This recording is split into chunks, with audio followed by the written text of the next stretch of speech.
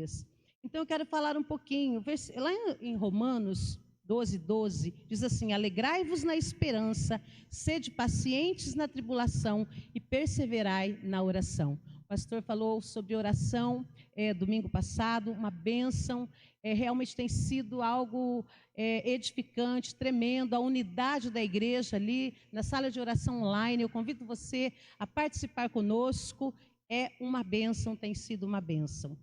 Então, queridos, sobre a palavra resiliência, uma palavra que estava, né, esse tempo atrás, tão sido falado, comentado a respeito dela. Então, eu quero falar um pouquinho. Resiliência cristã. Você sabia que você tem e nem sabe?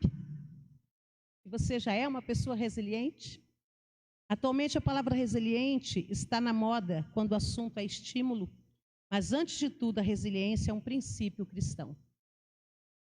Deus ordenou que fôssemos resilientes e não foram poucas as vezes. Resiliência.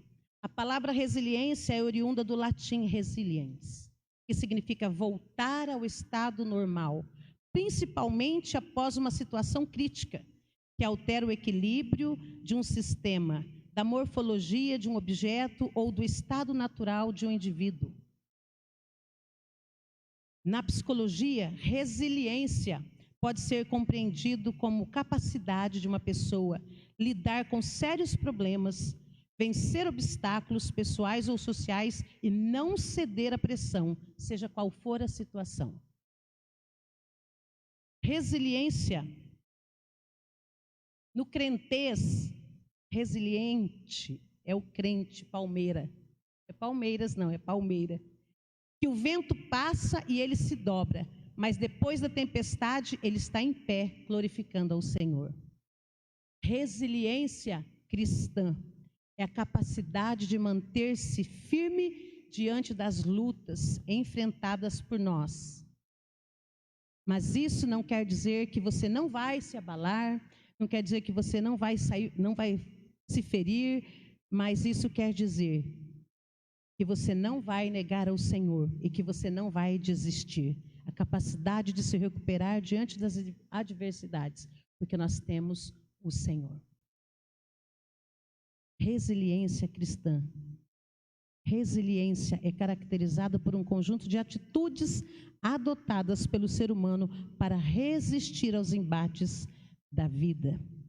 A resiliência cristã é a força advinda do entendimento da vontade de Deus, da rendição a essa vontade e da aceitação que leva a perseverar no cumprimento do propósito de vida que cada um tem. Amém? Você se enquadra num cristão resiliente nesta noite? Amém? Glória a Deus. Neemias, maravilhoso. Nós vamos ver alguns, umas 3 pessoas eu quis meditar nesta noite. Aqui nessa resiliência, que fala que, né, fala do equilíbrio, que é de um objeto, de um estado que ele pode ser movido e retornar, eu me lembrei da salto de vara. Nas Olimpíadas, não tem? O atleta que salta na vara. E o que acontece com aquela vara? O atleta pega a sua vara, coloca toda a sua força, todo o seu vigor, corre e vai com aquela vara se enverga toda e ela volta e ela remete, então, o atleta para o outro lado. Resiliência é isso, você pode se curvar, mas você traz o vigor e você então fica firme e avança.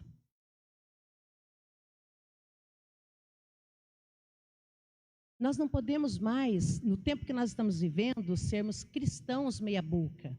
Nós temos que ser sim, sim ou não, não. A Bíblia fala que o morno será vomitado. Então nós precisamos entender que como igreja nós precisamos persistir.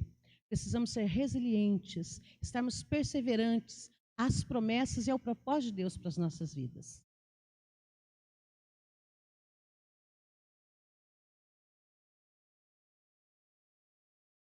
Resilientes, quando você passa por um processo de enfermidade, por um câncer, faz todo o seu tratamento e quando você encerra o tratamento, você continua em pé. crendo que foi o Senhor que passou com você, que foi o Senhor quem te sustentou, que foi o Senhor quem o fez superar esta enfermidade, esses obstáculos. Então, queridos, não importa a situação que nos advenha, não importa os desafios que quando estamos no mundo vêm, mas quando nós começamos a entender o propósito de Deus para as nossas vidas, nós começamos a entrar em profundidade, nós começamos a entrar na pessoa de Cristo e Ele então começa a nos fortalecer. E você então é capacitado por Ele para vencer.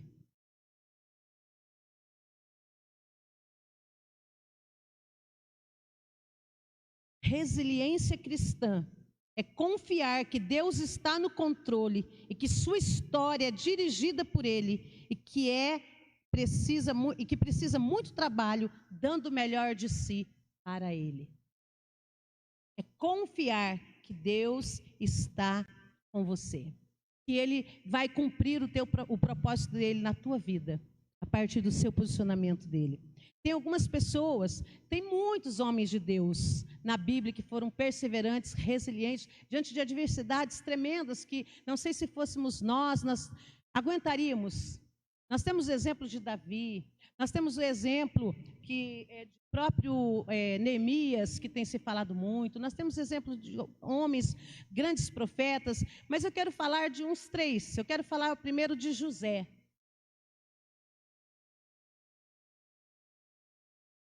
José, em Gênesis 37, 1:36, você lê a história. Nós vemos aqui a perseverança e a resiliência deste homem de Deus. José foi odiado por seus irmãos. José foi invejado pelos irmãos. Conspiraram contra ele. Tentaram matá-lo. Foi despido. Foi aprisionado numa cisterna. José foi vendido. Foi assediado pela mulher de Potifar e caluniado. Novamente preso num cárcere. Enquanto sofria, José agia, dando o melhor de si, não lamentando o passado nem se vitimizando, porque Deus era com José. Deus foi na vida de José em todos esses obstáculos pelos quais ele passou. José venceu um a um, porque ele sabia quem era o Senhor, porque ele era fiel ao Senhor. Ele não se contaminou com a mulher de Potifar. Ele escolheu o Senhor. É um tempo de definirmos as nossas escolhas. Eu escolho Deus. Nós temos que declarar alto em bom som, eu escolho Deus. Eu sou de Deus. E tudo isso que aconteceu com José foi num quadro familiar, irmãos. Onde nós somos mais, feridos pelas pessoas mais próximas. Mas o que eu quero dizer para você, para as meninas, para nós que já temos, uma história de vida, Jesus muda e Ele faz uma nova história para nós. E Ele não descarta aquela velha, Ele traz para a glória dEle. Ele faz. Está no poço, eu tiro do poço. Foi vendido, foi humilhado, eu o levanto e o torno como governador do Egito. Olha o que Deus fez na vida de José, porque ele foi resiliente a tantas provações, a tantas adversidades. Ficou longe dos seus pais. E a Bíblia diz que depois de tudo isso, ele foi o provedor da sua família. Houve uma escassez, houve fome, e ele estava lá governando o Egito. Deus estava dando sabedoria para ele. Deus deu sonhos para José. E a Bíblia diz que ele então, com essa estratégia que Deus o dá, muitos vêm ao Egito buscar alimento. E quem vem? A família de José. E se você olhar a história de José, ele talvez no seu coração até passou, vou me vingar. Mas José já estava com o seu coração cheio de Deus.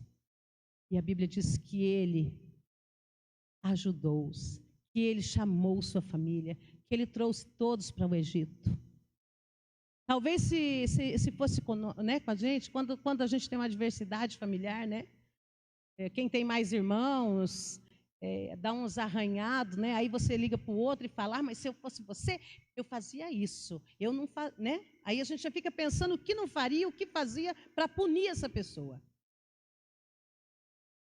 Então, as situações adversas, elas têm que nos fazer crescer no caráter de Cristo. Tem o livro Nos Seus Passos, em Seus Passos, que faria Jesus? Então, isso é a diferença da resiliência cristã. É fazer do meu modo, mas é fazer do modo de Deus. E José, então, é uma dessas pessoas que, com atenção, pelo seu histórico, né? Resiliência, perseverança, muito claro na vida dele. Deus era na vida de José. Em Gênesis 39, você que queira meditar depois, do 12 ao 20. Então, nós vemos ali que toda a família dele vem até ele e ele se torna, então, o provedor da sua família e de tantos outros que vinham até o Egito para buscar alimento. Outra pessoa, irmãos, coisa mais linda a história de Jó. Que aqui fala de perdas, né? Perdas assim profundas, perdas familiares. E nós olhamos para Jó, tudo que Jó passou, e nós vemos assim, integridade. Jó, capítulo 1, do 11 ao 12, você pode anotar aí. Satanás queria ver o sofrimento de Jó. Ele queria fazê-lo desistir da sua fé. Porque eu acho que o posicionamento de Jó estava incomodando as trevas. E muitas vezes nós incomodamos as trevas por causa da nossa resiliência, na nossa fé, nosso posicionamento em Deus, porque não concordamos com as coisas erradas, né, que são contrárias aos princípios de Deus. Então, muitas vezes nós somos confrontados até por pessoas mesmo. Essa palavra diz que a nossa luta não é contra a carne nem sangue, mas somos assediados pelas trevas por causa do nosso posicionamento, da nossa perseverança e da nossa resiliência em estar em Deus e estar firme. E Jó, ele mostra isso de uma forma muito linda, né? Muito, muito poderosa, muito profunda. O que aconteceu na vida de Jó, pastora? Se você for ler lá, você vai ver todo o relato. Primeiro, ele perdeu toda a sua criação. Deus permitiu. Satanás foi lá e falar com Deus. Satanás estava rodeando a terra e vai então falar com Deus. E Deus fala a respeito de Jó. Viu meu servo Jó, homem íntegro, tal. Então o diabo, não, e se eu fizer isso, quero ver se ele vai permanecer. Então Deus permitiu. Então ele começa a tocar nos bens de Jó. Jó perdeu toda a sua criação de bois, jumentos, ovelhas, camelos. Depois a Bíblia diz que os filhos de Jó com as filhas estavam todos numa casa. E foi cometido ali uma situação. E todos eles foram mortos. Agora você imagina, todos os filhos foram ceifados de uma vez só. Quando nós pensamos que o nosso filho está enfermo, ou está com uma febre, nós mães, os pais também, nós já começamos a esmurecer por dentro, né? Meu Deus, se acontecer uma situação com meu filho. Agora você imagine Jó com todos os seus filhos e filhas, perdê-los num instante só. Não para por aí. Jó foi acometido por uma enfermidade. A Bíblia diz que tumores malignos, desde a planta dos pés até o alto da cabeça, ele foi acometido. Ele tinha esses tumores em todo o seu corpo. Imagina as dores. Imagina a situação de Jó. Espero que você tenha desejo de ir lá e conferir e ler e meditar no livro de Jó. Conhecer um pouco mais da sua história. Então, queridos, Jó passou a ter dificuldade de alimentar-se. Lá em Jó 6, 7. Depois Jó, ele teve dificuldade de respirar. Jó teve dificuldades na sua pele. Jó teve dificuldade de banho. por causa dos tumores na sua pele. Imagina as dores na alma desse homem, pelas perdas de tudo que ele tinha, e principalmente pelos filhos. E ainda a esposa dizia para ele: amaldiçoa o teu Deus e morre. Que coisa, que integridade, que homem de Deus. E ele foi uma pessoa resiliente. Foi até o chão, mas ele se levantou, não ficou prostrado. Em Jó 19, 25, ele diz assim: porque eu sei que o meu Redentor vive e que por fim se levantará sobre a terra. Jó 14, olha que lindo, irmãos. 7, 9, ele diz assim: porque há esperança para a árvore, pois mesmo cortada, ainda se renovará, e não cessarão os seus rebentos, e se envelhecer a sua raiz, e no seu chão morrer o seu tronco, ao cheiro das águas brotará, e dará ramos como planta nova. Gente, que coisa mais linda, parece que acabou tudo, não tem mais jeito. Tem, porque nós temos a água viva. Você pode talvez não conseguir chegar até lá, mas o cheiro dela vem, e você começa a se aproximar, tomar posse da água viva, que é Cristo Jesus, e a sua vida é transformada, restaurada, sarada. Que maravilha, essa resiliência é vivida de cativeiro. Ele viveu esse cativeiro, mas o Senhor virou o cativeiro de Jó. Eu não pesquisei quanto tempo Jó ficou nessa vida, nesse cativeiro. Não pesquisei. Eu quero ser bem específico. Mas, Jó 42, 10. O Senhor virou o cativeiro de Jó quando orava pelos seus amigos. E o Senhor acrescentou em dobro tudo. Diz comigo, tudo. Tudo. Ele não acrescentou 3 filhos, alguns gados, não. Já diz que Deus acrescentou tudo quanto Jó possuía antes em dobro. Gente, em dobro, você está entendendo? Em dobro. Imagina a saúde, né? Porque ele teve filhos em dobro. O vigor. Que maravilha, coisa linda. Então pense aí, no momento que você está passando, que talvez para você é um cativeiro. Talvez você não está conseguindo se fortalecer para sair dele, ou talvez você olhe assim, não tem mais jeito. Uma árvore cortada. Mas eu quero dizer para você, tem jeito. Tem uma pessoa que muda a nossa história por causa do seu posicionamento e da sua resiliência na cruz. E é por causa dele que nós estamos aqui. Bem, por causa dele. Então, foi restituído a Jó tudo. Por causa da sua resiliência e perseverança. Ele sabia quem era o Deus vivo.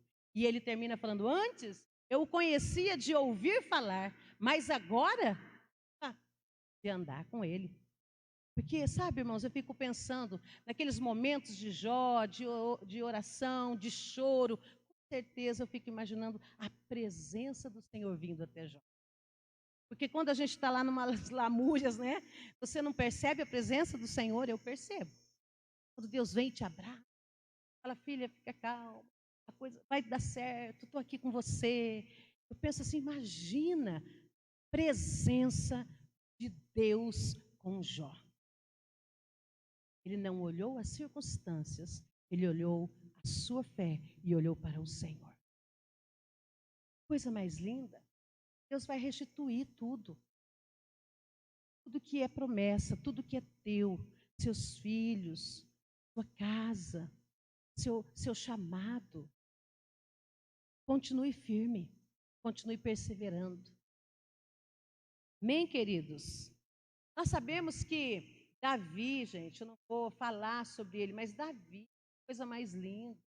Quanto ele foi firme diante da perseguição de Saul, quantas batalhas, quantas pelejas, que coisa mais linda, né? Nós sabemos Neemias, Josué, que coisa mais linda. Quantos homens, quantas mulheres, né, que tiveram tempos difíceis, né, mas que ficaram firmes e que enxergou na oportunidade das dificuldades, enxergaram vitórias, enxergaram o propósito de Deus. E eu quero falar também agora do apóstolo Paulo. Coisa maravilhosa. A vida do apóstolo Paulo, irmãos. Definitivamente, ele foi chamado para sofrer pelo evangelho de Cristo. Ele mesmo diz isso lá, né, na palavra em Coríntios, 2 Coríntios 11, 25 a 27. Vamos ler esse texto, irmãos? Ler juntos, 2 Coríntios. Coisa mais linda.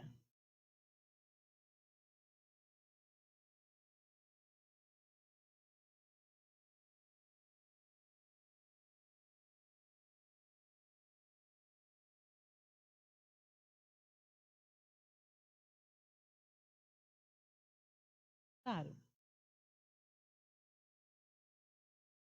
Ultimamente eu preciso trazer uma lanterna perto de mim, achando escuro. Olha lá, olha que coisa mais linda aqui. 25. Mas vamos a partir do 20. São ministros de Cristo, falo como fora de mim. Eu ainda mais em trabalho, muito mais em prisões, em açoites, sem medida, em perigos de morte, muitas vezes. 5 vezes recebi dos judeus uma quarentena de açoites, menos um. Fui 3 vezes futigado com varas, uma vez apedrejado, em naufrágio 3 vezes. Uma noite e um dia passei na voragem do mar, em jornadas muitas vezes, em perigos de rios, em perigos de salteadores, em perigo entre os patrícios, em perigo entre gentios, em perigos nas cidades, em perigos no deserto, em perigos no mar, em perigos entre os falsos irmãos, em trabalho e fadigas, em vigílias muitas vezes, em fome e sede, em jejuns muitas vezes, em frio e nudez. Além das coisas exteriores. E ele vai narrando algumas das suas lutas. Aí eu peço para você parar e pensar. Você tem luta? Qual é a tua luta? Então ele vai descrevendo, trabalhou arduamente, foi preso, passou perigo de morte, viajou continuamente, ficou sem dormir. Eu te pergunto, qual o segredo da resiliência e da perseverança espiritual da vida de Paulo? Qual será o segredo? E eu penso que um deles é que ele entendeu o ministério da consolação. Estava disposto a pagar o preço para ser um consolador. 2 Coríntios 1, do 3 ao 7. Para que com a consolação que nos consola em todas as nossas tribulações, possamos consolar os que também estão passando. Ele entendeu um dos propósitos da sua vida. Ele aprendeu a dependência total de Deus. 2 Coríntios 1, 9. Ele aprendeu a ter esperança e não perdeu a alegria da salvação. Quantas vezes nós passamos por isso? Senhor, será? Será? Será que é isso mesmo? Será que é Jesus mesmo? Será que esse é o caminho? Será que essa? Ele não perdeu a alegria da salvação. 2 Coríntios 5, do 6 ao 7, ele caminhava por fé e não por vista. Porque se ele fosse caminhar pelas circunstâncias que o permeavam, que o rodeavam, ele teria parado tudo. E ele também entendeu que na sua fraqueza, então, é que ele era forte. Porque o poder de Deus se aperfeiçoa. Quem opera em nós, queridos? O Espírito de nós.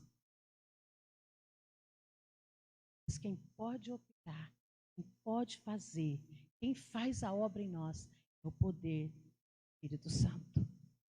Então ele aprendeu essa dependência total. E lá em 2 Timóteo 4,7, então ele diz assim: combati, bom combate, completei a carreira e guardei as epístolas, cartas, escritas na prisão, em situações caóticas, mas ele sabia qual era o seu propósito. Ele sabia qual era o seu chamado. Glória a Deus. Se queremos ser mais resilientes e perseverantes, precisamos nos aprofundar em Deus. Precisamos nos relacionar mais com a sua palavra. Precisamos ter mais comunhão com o corpo. Precisamos mais uns dos outros.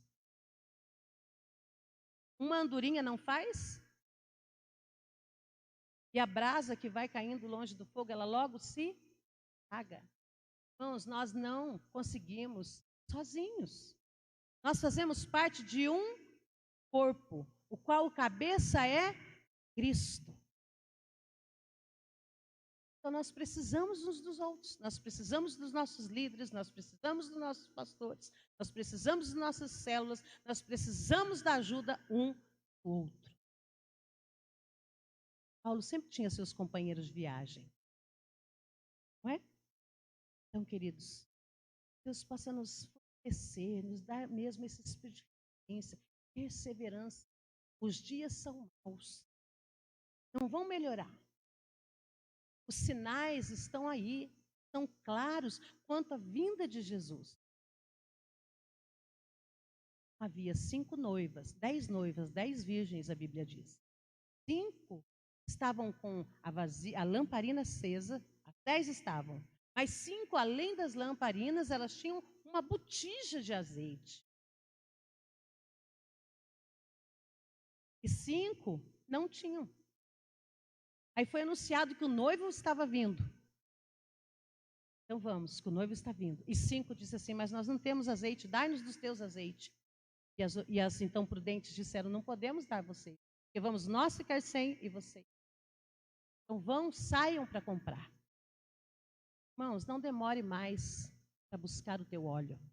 Não demore mais. Não, pastora, quando melhorar, eu vou me encher. Quando melhorar essa situação, quando eu vencer essa situação. Não, busque agora. É tempo de buscar a presença agora, porque é com a presença dele que você vai vencer. Como Paulo disse, é na minha fraqueza que o poder de Deus se aperfeiçoa, porque na minha fraqueza eu não consigo.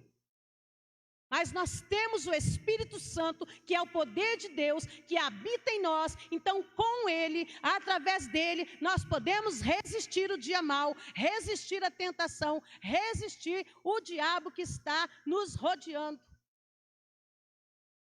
Mas nós precisamos ter azeite, para sermos resilientes, para sermos perseverantes e recebermos a coroa da vida. Esses homens combatiam o bom combate. Sim, Senhor. Não. Entende? Não tem mais nada, não tem nada no mundo de tão bom, maravilhoso.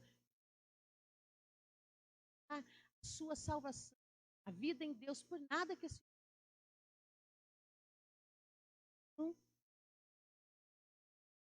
melhor lugar na presença do Senhor. Eu quero encerrar uma pessoa que chave de ouro, que é incomparável, que preenche todos os requisitos de uma pessoa resiliente em todos os aspectos na sua trajetória de vida.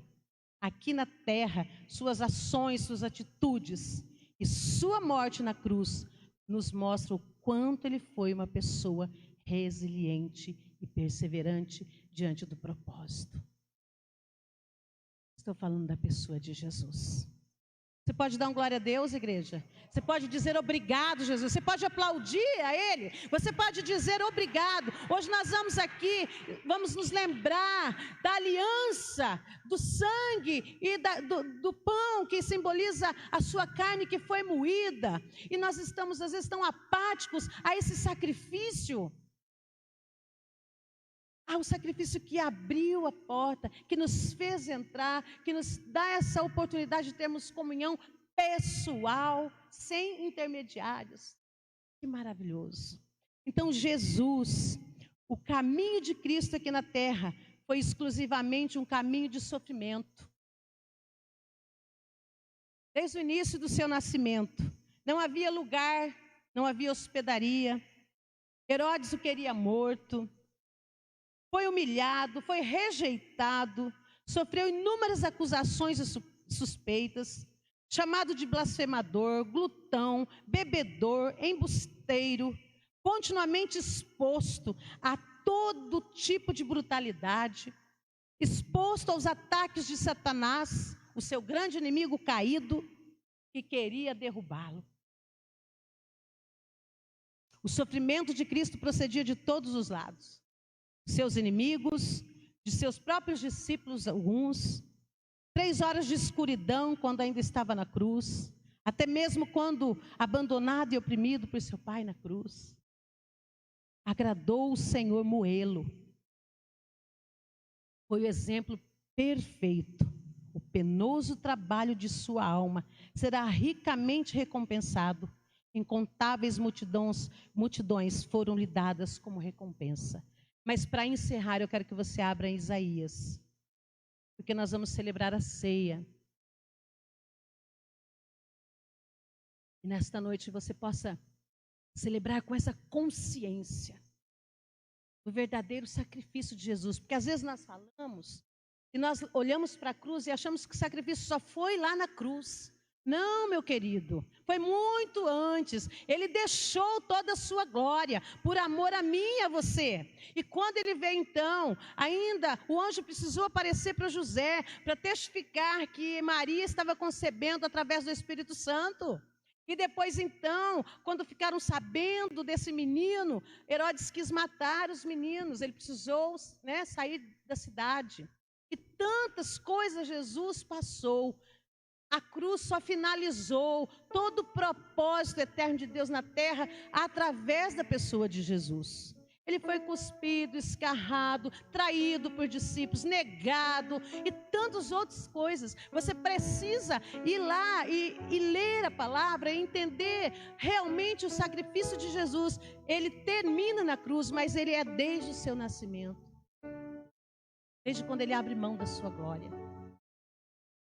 Entende? Não foi uma situação, foi uma vida.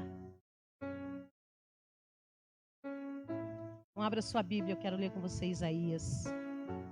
Esse texto é tremendo, é lindo. A Ele toda honra, toda glória, todo louvor a Ti, Senhor. Isaías 53, do 1 ao 12.